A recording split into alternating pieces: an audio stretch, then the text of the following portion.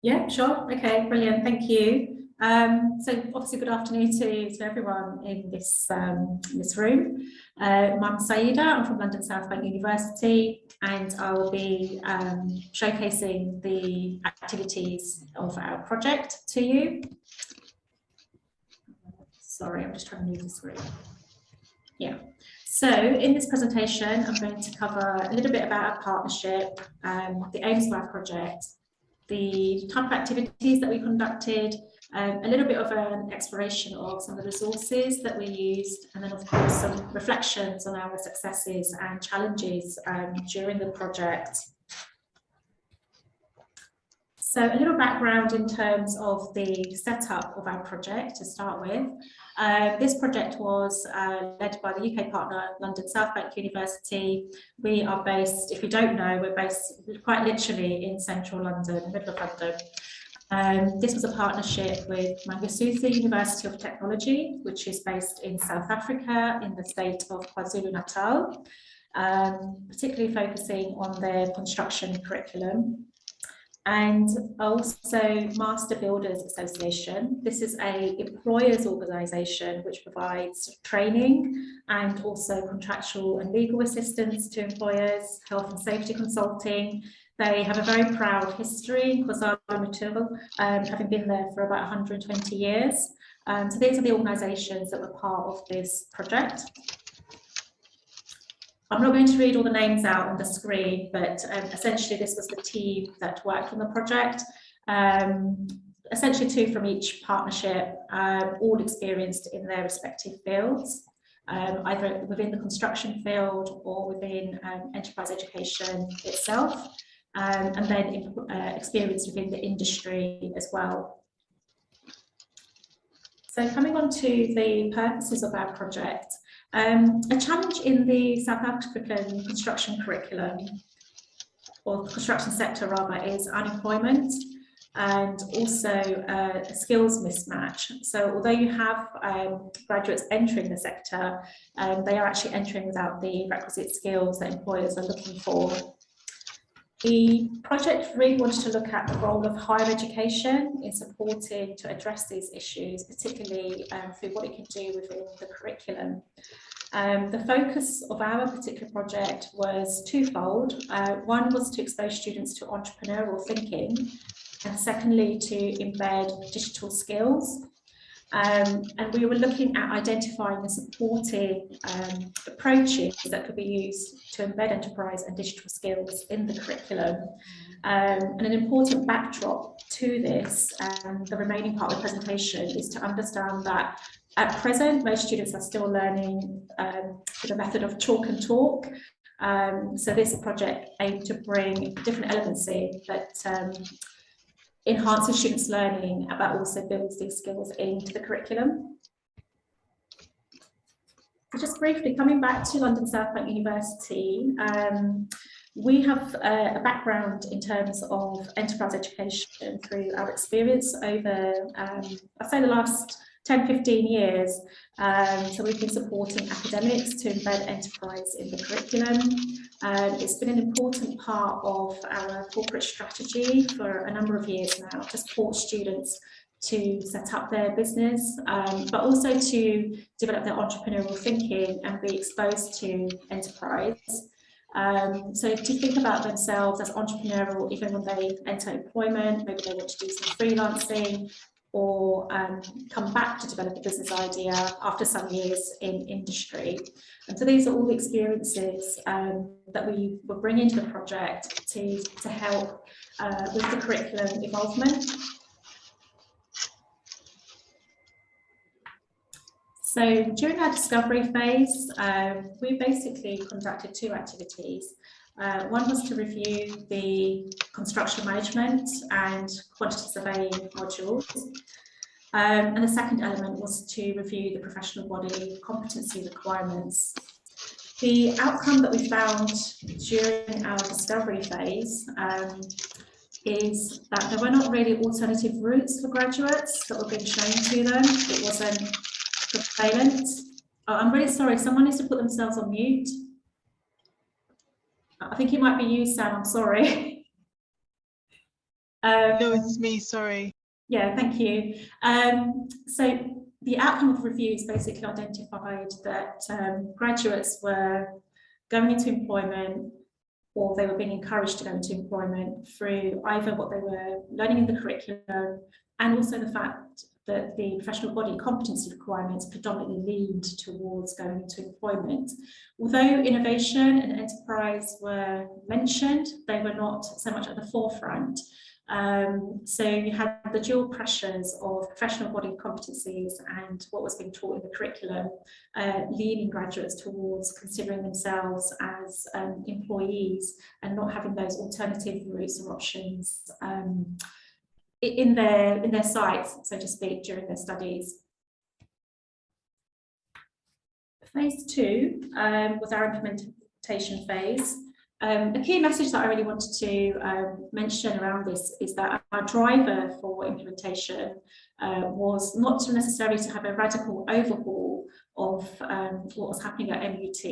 We really wanted to work with what already existed at MUT, to value the work that colleagues had done previously and activities that may have been implemented already with regards to enterprise and entrepreneurship, even if they weren't in the construction part of the faculties.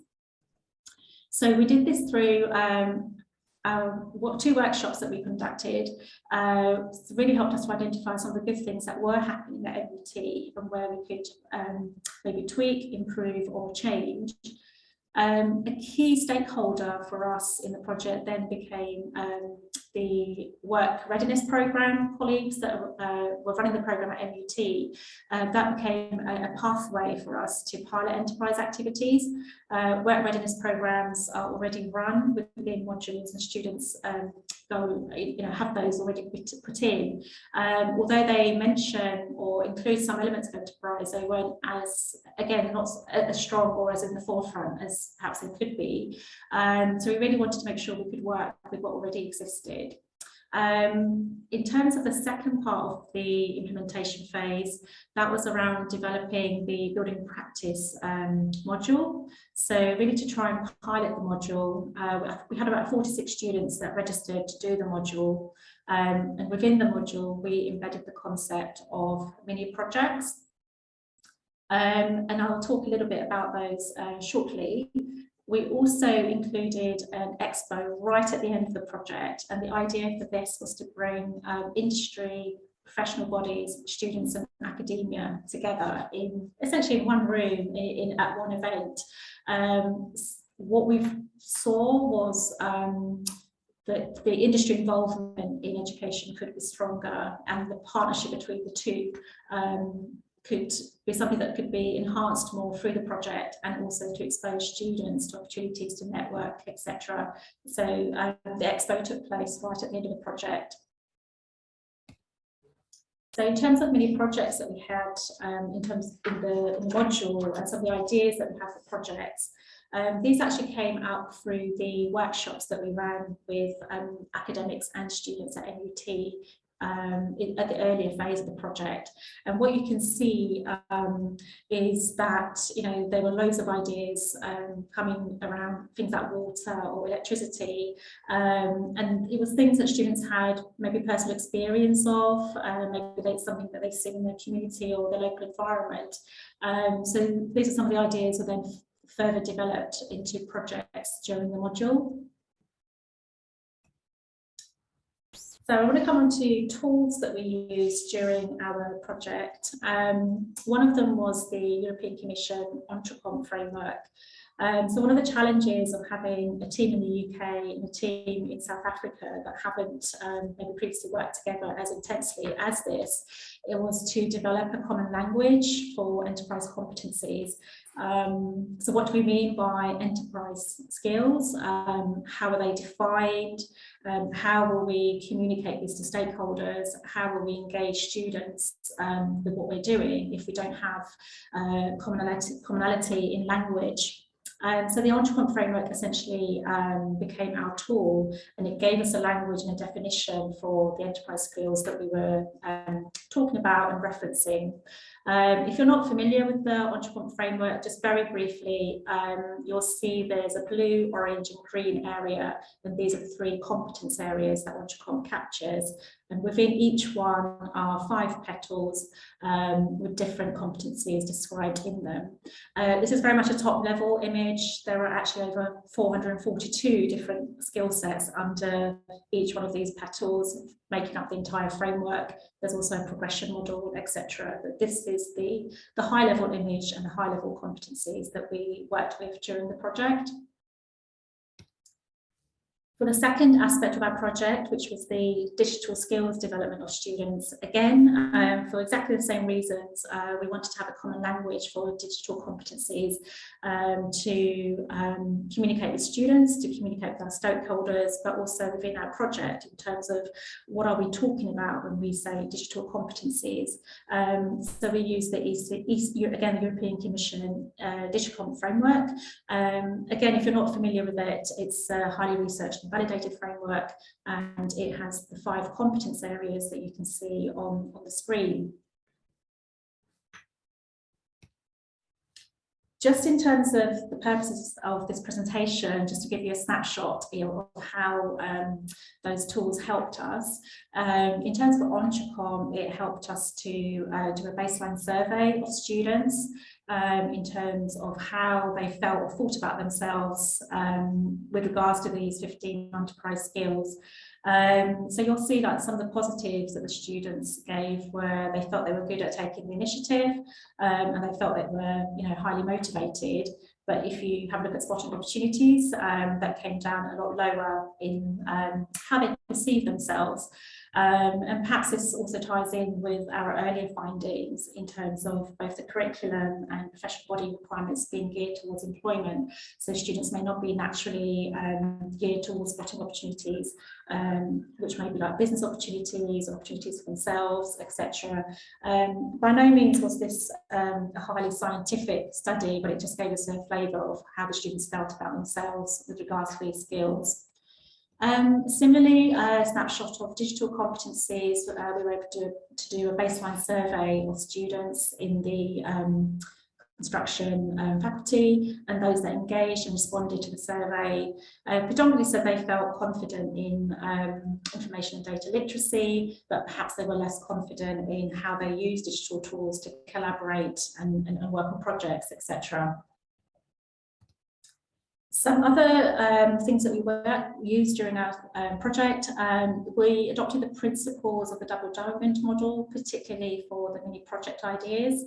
And just in brief, the first diamond or double diamond supports students to discover problems in its most widest sense, and then they narrow down to one particular problem, and the second diamond is to help them come up with as many solutions as possible to that problem, and then they settle on one particular solution that they will be working on. That's described in its quickest, most simplest form that I can for this presentation. And it's one that we use for some of our engineering students at London South Bank University when we're collaborating with academics to embed this kind of content into the curriculum. The second element that we used as well, which is not necessarily a framework, but really tried to put home to students the employability benefits of entering competitions. So again, an example on the screen is from London South Bank University School of Engineering, where third year innovation and enterprise students engage in an external competition. So they work on it during the module, they have all their usual written assessments and team pitches, but it actually connects them to the external world and what's happening around them, particularly as we're based in London.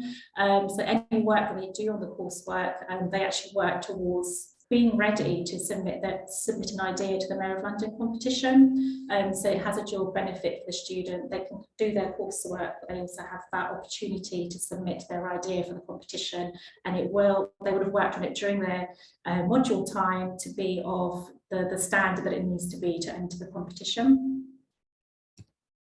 In terms of our successes, we had 3 days of AutoCAD training for the students. Students are still predominantly learning to draw, so these students have not really had the opportunity before to use digital tools. to create drawings and designs. So this is, obviously some lovely photos of students looking happy during their training. Other things that we had as successes were around really widening students' awareness. So some of the mini project ideas touched on quite a few different themes around, business for good, opportunities for students maybe to use their skills for consultancy purposes, and also the engagement with what's happening around them in terms of the environment or urbanisation. And as I mentioned as well, really thinking about the benefits of competitions, and perhaps they have ideas that they can submit. So just really exposing them to a wider range of possibilities. The expo for the students, because it came right at the end of the project time and their module, they presented their mini projects at the expo. You can see on the right hand side the positives that we focused on for the students, which were around public speaking skills. For me, I would say testing them, pitching their ideas was a very new thing, and doing it in front of people they've not met before, who are not their usual academics and peers. Being in a different environment would have been very challenging for them. Two other things that I would draw out from our project in terms of successes with the expo is the networking and career planning and confidence that students got from being in that environment and that interaction with industry. Our project was also able to evidence the impact of the curriculum, because the judges for the competition were people from industry that listened to the students, and obviously we then had winning teams, etc. So there are quite a variety of benefits that the competition and the expo event gave, particularly for our students as outcomes for them. This is obviously quite a worded slide, but we have some great student feedback from the exposure to this event and opportunity, engaging in competition and meeting people from industry. We've had great feedback on the expo from industry, so they really did find the students' pitches informative. That we commented on the initiative, what a great initiative it was, and also really looking for opportunities to repeat and extend it to other universities as well, and that's something that we're hoping to be able to do. Finally, I'm not sure I'm doing justice to all the work that we've conducted on the project, but certainly we had some great successes during the project. The three that I would draw out for myself, and hopefully the team as well, I think the frameworks were really, really useful for us. It really helped us to get going and to have a strong foundation as a project team, having that common language that we can then use in a variety of different ways. And as I said earlier, particularly to engage our students and also our stakeholders. The in-person workshops were really beneficial. It was really important, I think, for SBU to visit NUT and to have that opportunity to experience the country, the environment, everything I think you learn from being in a country. It gave us a really good understanding of what we're working with, meeting staff, university leaders, etc. That really did inform the project and help to consolidate the partnership as well. And then finally, I would say bringing industry and higher education together at the expo. It gave it really encouraged a joint sense of purpose and partnership as well, so that HEI and industry are working together in a positive way that can benefit students. Of course, we had some challenges as well, and you can see they're listed on the table. We had some limited success engaging NUT academics in project aims. So we did have some academics that wanted to use some of the outcomes from the project in their own particular modules as well, but we'd have liked to have more staff engaging.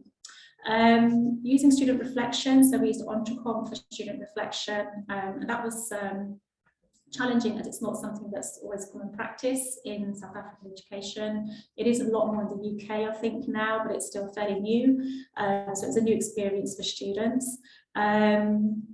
We were very challenged around digital skills, so there's a lot more we wanted to do with digital skills, but I think in terms of students' access to data and tools, digital tools, we couldn't be too prescriptive with students in terms of their time during the mini projects and what digital skills, what digital tools they had to use. So we tried to keep some flexibility to ensure that we could support them with their accessibility needs. And then in terms of industry, we found that face-to-face contact was the best way. We did try online surveys of industry, but we had very sort of limited responses to those. But when we tried phone calls, etc., it was a lot more beneficial to the project, and we got responses and engagement in a better way than we did through just an online survey. So coming on to the final part of my presentation, really around the next steps. So we do now have some consolidation grant funding. So one of the things that we want to do is review and adapt the pilot module that we developed. So obviously there were things that were positive and worked really well, and some areas that we might want to improve. We really want to work towards accreditation of the module within MUT, so it will go through its academic process. One of the things that we really want to do as well is to embed aspects of sustainability skills in the module as well. And I should have actually written it down on the presentation, but we're going to be exploring another European Commission framework, which is called Green Comp, and is designed to support the embedding of sustainability, thinking, skills, etc. So we'll be having a look at that and seeing if it could be useful for our module. Yeah, so we really want to develop the connection with the professional bodies that we started at the end of our expo last year, because we just started getting going, and obviously it was the end of the project, but we're really hoping to engage them more the next phase of our work. And yeah, in academia and business working together really to have opportunities to come into the curriculum, so that might be giving feedback on students' mini projects, maybe acting as mentors and judges on when students are presenting their work. So that's everything I was going to share with you in terms of our project. In terms of your support, if any of this resonates with you, then we're inviting people to come on board as stakeholders in the aims of the project. You know, share our work, and Mariam and myself are very happy for you to connect with us on LinkedIn. If you're interested in any of the European Commission frameworks, between us we have experience of using them, so feel free to ask questions. No question is silly regarding those. And that's where I'm going to stop, Sam.